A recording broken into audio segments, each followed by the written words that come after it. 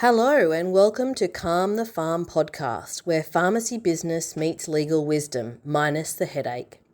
In each episode, we share practical legal tips and real-life examples to help you run your pharmacy with confidence. I'm your host, Sarah Stoddart. Thanks very much for joining us. A few weeks ago, I attended Leanne Hughes's Con. Now, that was a conference that Leanne dreamt up using her fabulous brain for consultants, facilitators, speakers, authors, business owners, people from all walks of life. And I really liked that because it brought together people who may not have otherwise crossed paths and was non-industry specific, which meant we could really focus on the skills and the people involved in, running businesses and working with other people rather than talking about a specific industry. I did a post on ConCon on LinkedIn and you can see my key takeaways there. What I wanted to share today was that Leanne asked me to be involved in the Great Debate as part of one of the sessions at ConCon. Now, I jumped at the opportunity. I'm a former debater, former debating captain, and also coach debating for a number of years. So it's no surprise that this is something I enjoy, and probably no surprise that I also went into a legal career. The topic was that the time consultants spend on LinkedIn is worth it. So pause, reflect, think about how much time you might spend, be it on LinkedIn or other social media, for your business and whether or not that's worth it. Now, the affirmative team spoke about how one of them got a contract via LinkedIn, came through their messages. However, it wasn't a direct contract. It was actually a message and that person wanted to catch up, which then turned into a contract after the catch up. Another one spoke about if you're not on LinkedIn, you're invisible. And there were some interesting points there. My team, the negative team, spoke about LinkedIn now being an AI cesspool of slop. We spoke about how you are basically beholden to the algorithm. So when you post something and you agonize over that, you don't know whether that's going to be shown to 12 people or 12,000 people and whether it will be shown today or in 2 weeks' time. I was the third speaker. I spoke about human connection, and I thought it might be fun to actually do a bit of a run of what I spoke about here on the podcast today.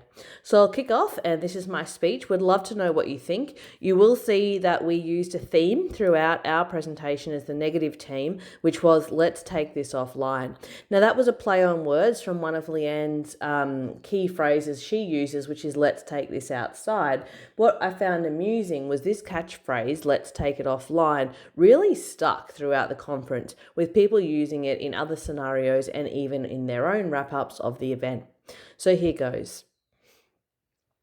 Ladies and gentlemen, while LinkedIn may be a great place to find people, it is a terrible place to confuse visibility with value, and spending too much time on it is affecting our health. A Harvard University happiness study, which spanned some 80 years, found that the strongest predictor of happiness, well-being, and long-term health was the quality of people's relationships, not status or achievement.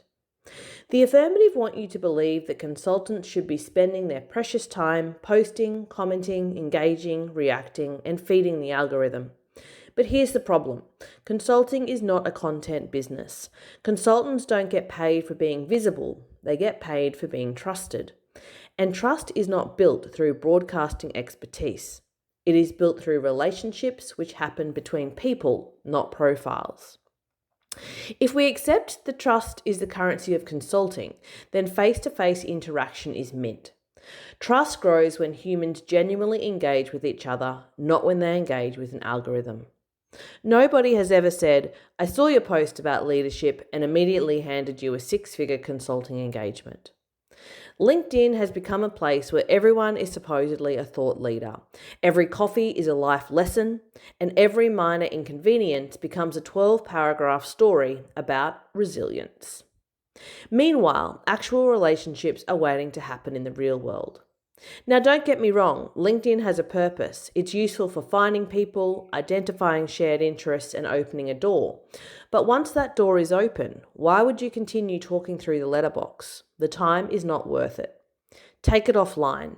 have the coffee, make the phone call, attend the event, build the relationship.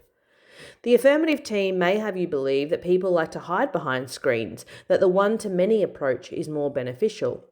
However, a 2025 Queensland survey found that 2/3 of people prefer face-to-face conversations, with nearly half of those saying it had become more important since the pandemic, and only 7% of respondents picking social media as their preferred communication method.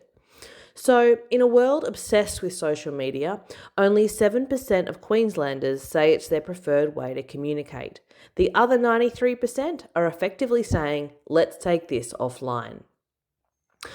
It is offline where opportunities are created, where trust is built, and where consulting happens. The affirmative is asking you to invest in engagement. We are asking you to invest in relationships. Because at the end of the day, likes don't sign contracts, comments don't create loyalty, algorithms don't build trust. People do. The smartest thing a consultant can say is not, please like and subscribe, it's, let's take this offline. So there we go. That was my presentation during the Great Debate. I was the third speaker and then moved into rebuttal, which was a heap of fun. Interested to know what you think about the time we're spending online and whether that's worth it for our business. Drop a comment below or send me a message. Thanks for listening. I'll talk to you next week.